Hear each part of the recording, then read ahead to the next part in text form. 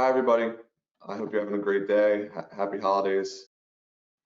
Today, we have the President and CEO of Performance and Lighting, Giorgio Lodi, and we have the opportunity to ask him a couple questions from some of our top agents in the North American market, um, and just kind of get to know him, get to know the face of the company a little bit better. So hopefully you see this as a kind of a unique, fun way of getting to know PIL a little bit better. So I'm gonna, by the way, I'm Shane Siri from the Eastern region. We also have questions from Mark Sulpizi's territory. He is in the West, he's based out of San Diego area. And we have questions from Sal Bautista's territory. He's based out of Houston, and I'm based out of Philadelphia.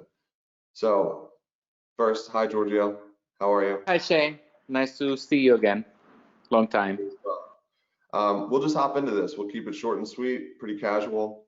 The first question is coming from Mark Sulpizi's territory, and it's actually specifically from Allied Group in Arizona.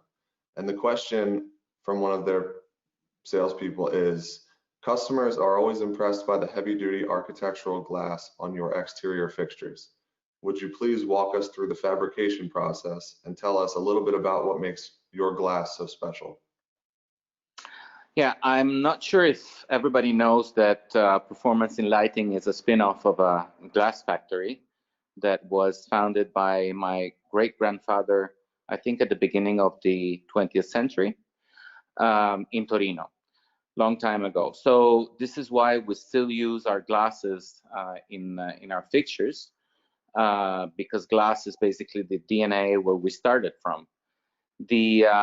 The process is quite complicated. It's a big factory, a glass factory.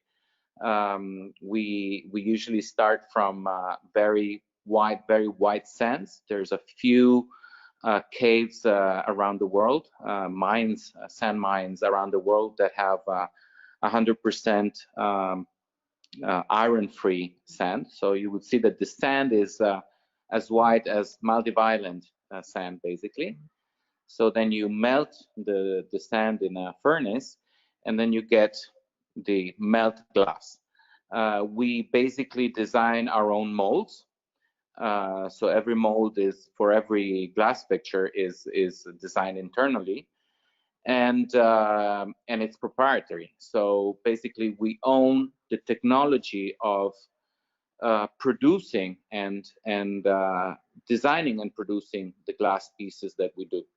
So when the glass drops inside the mold and it's pressed, usually, because basically 95% of our glasses are pressed glass, so industrial pressed glass. So you get out a piece of glass that is unique in its form, and it's proprietary, basically.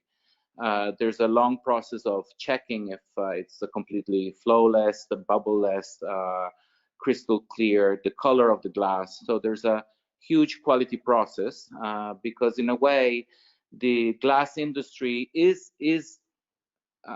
very industrial, but there's a lot of fantasy still in it. There's a lot of variables in it. So you still need to check every piece one by one. The final result is forms of glasses that you can only get if you design your own glasses, and of course, a flat glass is a flat glass. There's not much you can get out of it from a design point of view. Designing a product, having the possibility of, designing your own glass is quite unique. I think that there's very few companies in the world that can still do this by themselves. Awesome. I think that's really interesting to know, and hopefully answers that question very adequately. The second question comes from Bell and McCoy in Oklahoma. That's in Sal's territory. And their question was there ever a project or a fixture that changed your perspective on design? Oh, that was a tough one. But yeah, I was thinking about the Quasar series. When we designed it, you have to think about a company, Performance in Lighting, that was used to do or to make or design round bulkhead glass round glass bulkheads around a light bulb, basically. When the LED came about, of course, it was a complete revolution. The old fixtures that we were producing up until now, at that point, didn't really make sense anymore. So that's when we sat down again and started thinking about the applications that we were covering with those bulkheads and what the new fixture would look around an LED. So the new fixture came about, and that was completely squared, no round glass, pressed glass for the first time. So it was a small piece of flat glass, no E27 or any other kind of light bulbs, but just a small LED chip.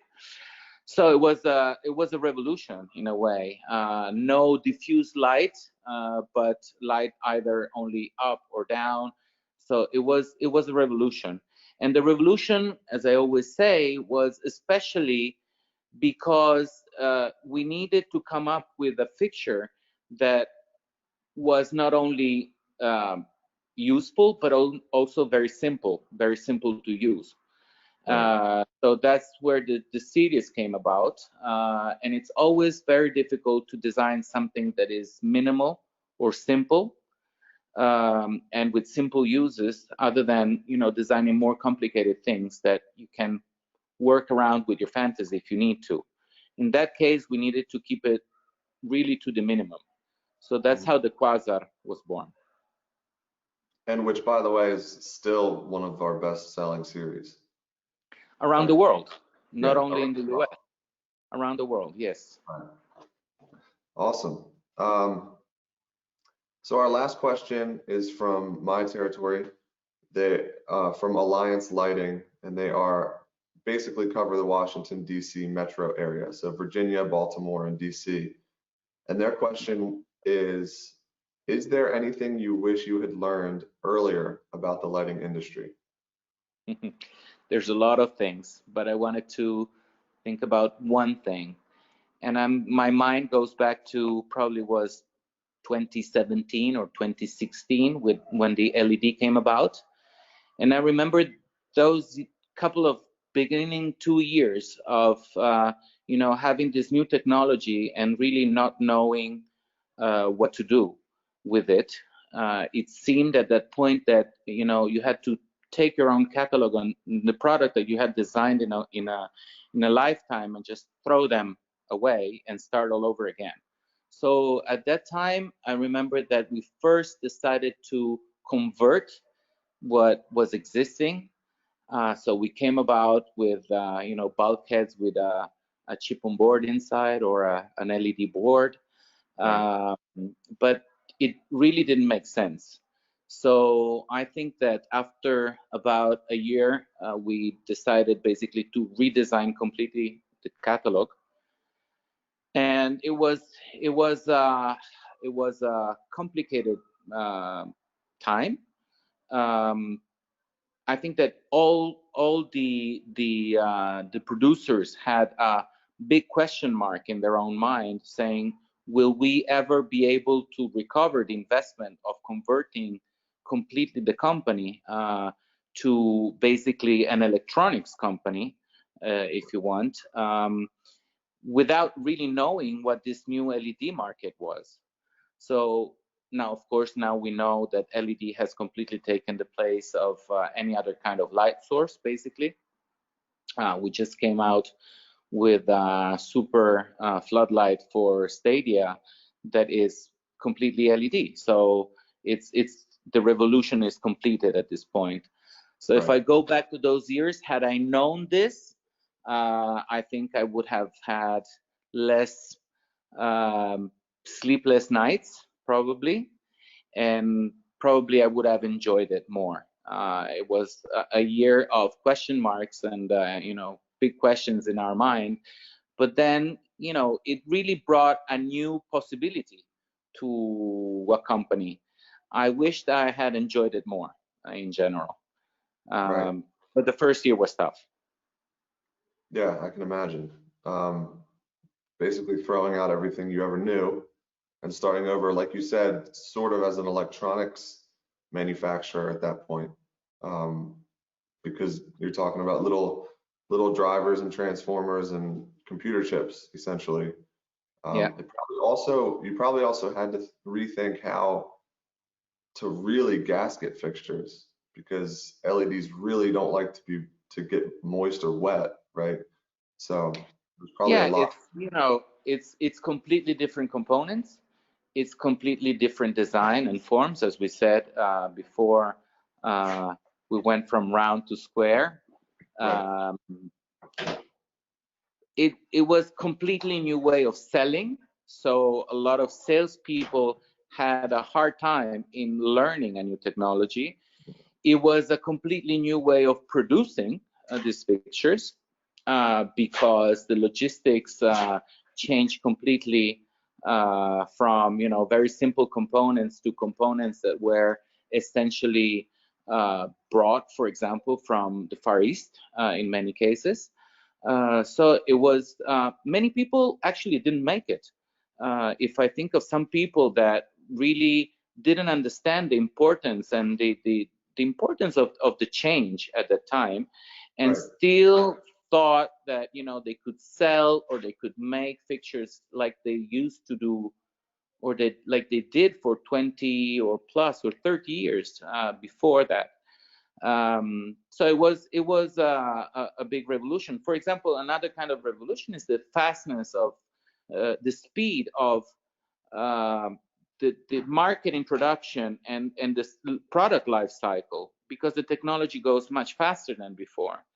So right, that again is a big change in mentality that your company has to do. So we're here. I was thinking about a couple of years ago how many companies disappeared at that time from the market. right, Um, so not all companies actually made it, and new ones came about. right.